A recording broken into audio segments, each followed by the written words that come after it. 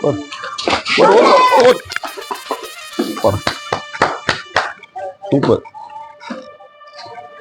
அடுத்து அங்க போனோம்.